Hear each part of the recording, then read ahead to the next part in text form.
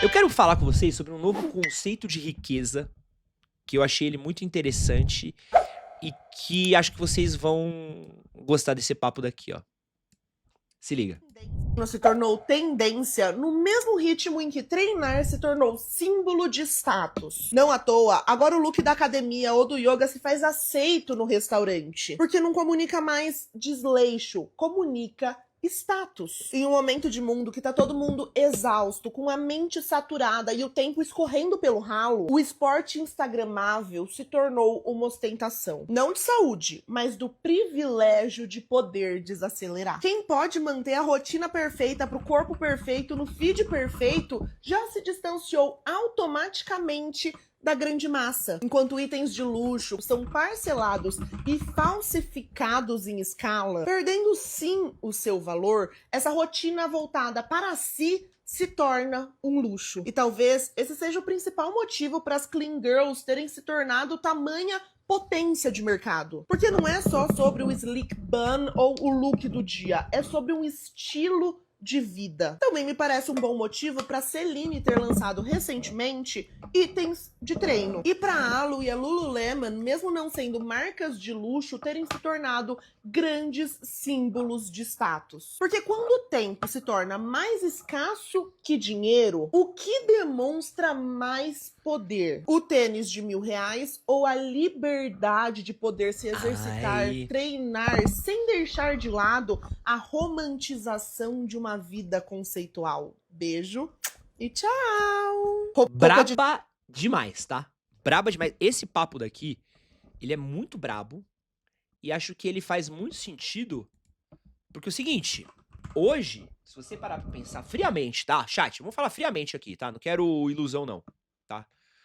Você consegue comprar um artigo de luxo com uma certa facilidade, tá? Então, antes, calma que vocês me xinguem, mas vou dar um exemplo pra vocês. Há 20 anos atrás, eu não sabia onde tinha uma Prada, uma Gucci. Hoje eu sei. Você chega numa loja da Gucci, da Prada, da Yves Saint Laurent, da... sei lá, de qualquer marca de luxo que você imaginar, existe. Elas estão em shoppings de São Paulo. Você vai lá e compra, né? Existem produtos que você faz um crediário, você pega um empréstimo, você compra. Se divide em 10 vezes, 20 vezes. Você faz o... pega um empréstimo pra comprar. Tanto que existem pesquisas que mostram que essas marcas de luxo, elas foram com tudo pra cima da classe média. Porque eles descobriram que a classe média se endividava pra comprar bolsas de luxo, principalmente quando a classe A não queria comprar, né? Então, assim, eles acharam... A classe A, pensa que tem um número muito limitado de pessoas que estão na classe A, né? Que são os ricos.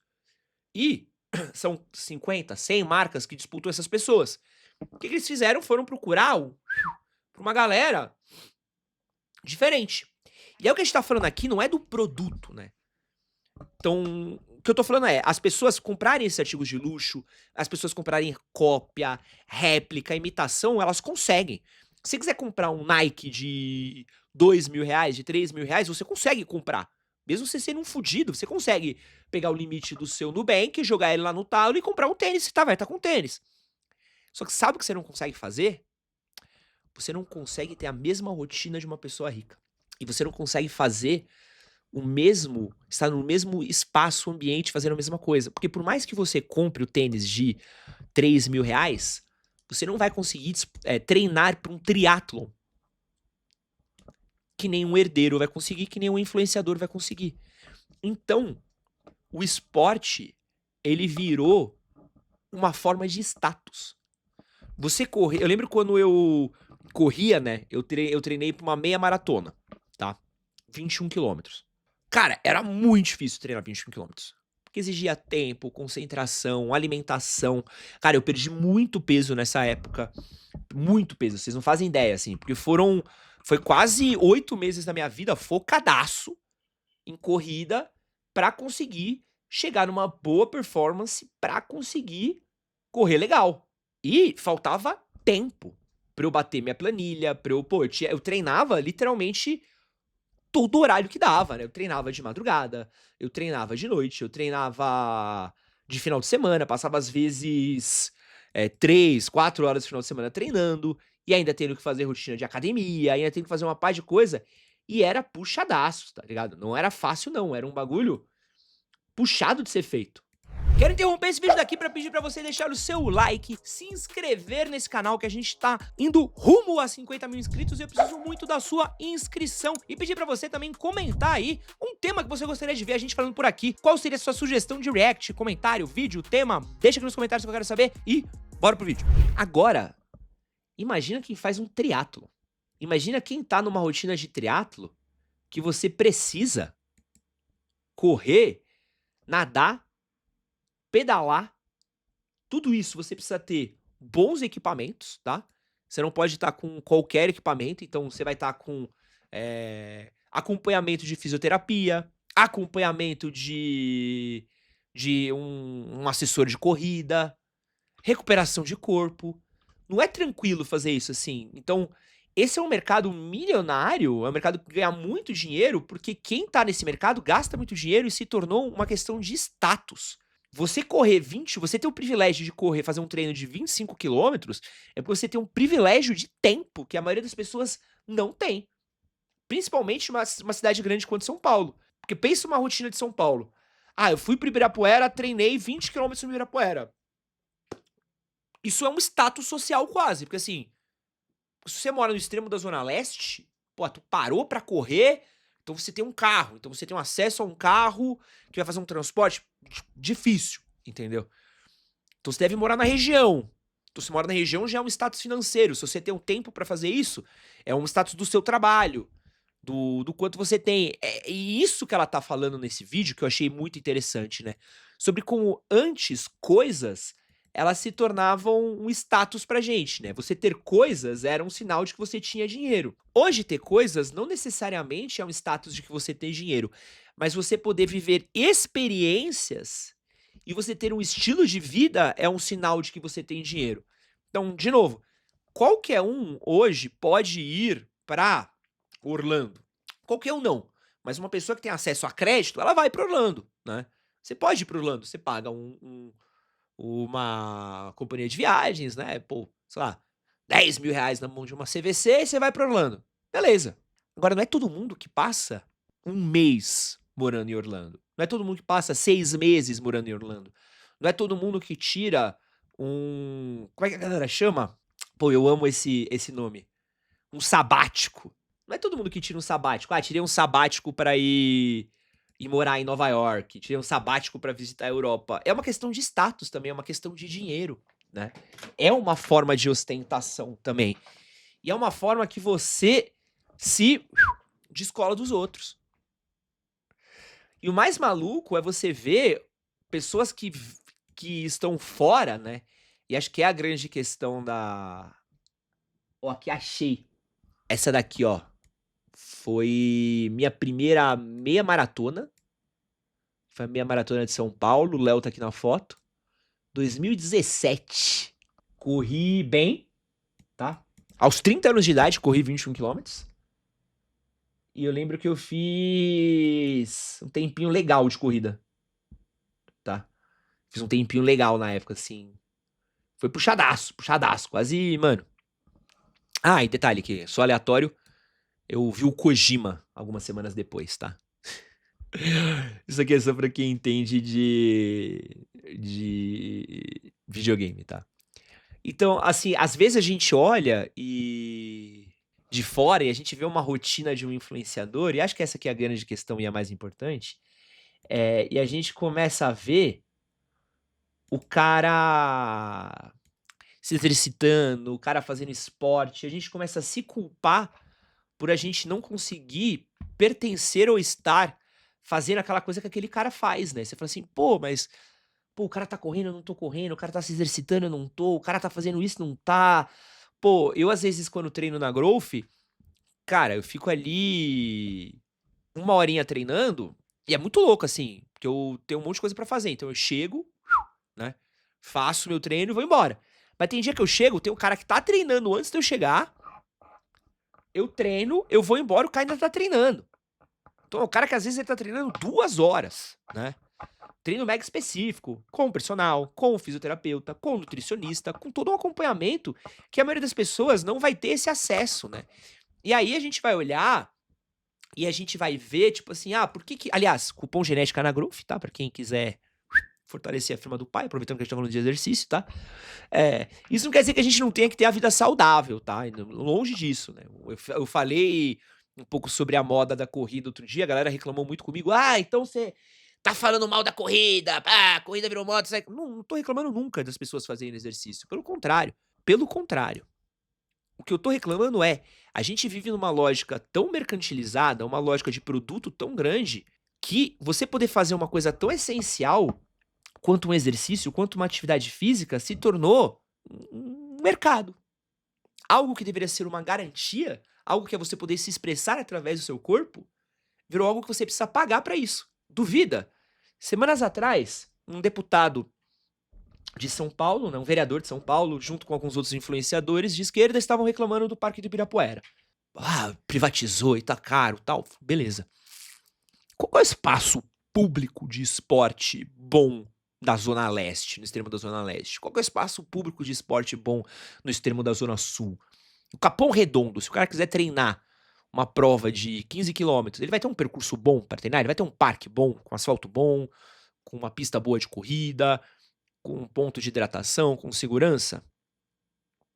Ou ele vai se sentir inseguro? Aqui perto da minha casa o pessoal corre na Anhanha Melo, né, na gloriosa Avenida Anhanha Melo, que tem uma ciclovia embaixo do monotrilho, né?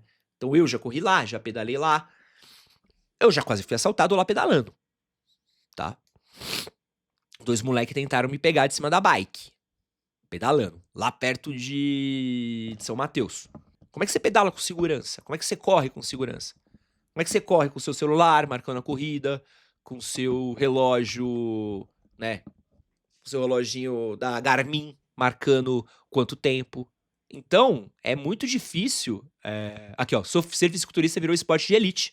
Ter tempo pra treinar pesado, mais seguir a risco uma dieta, mais hormônios de qualidade, mais suplemento. Quem trampa 6x1 nunca vai conseguir esse acesso.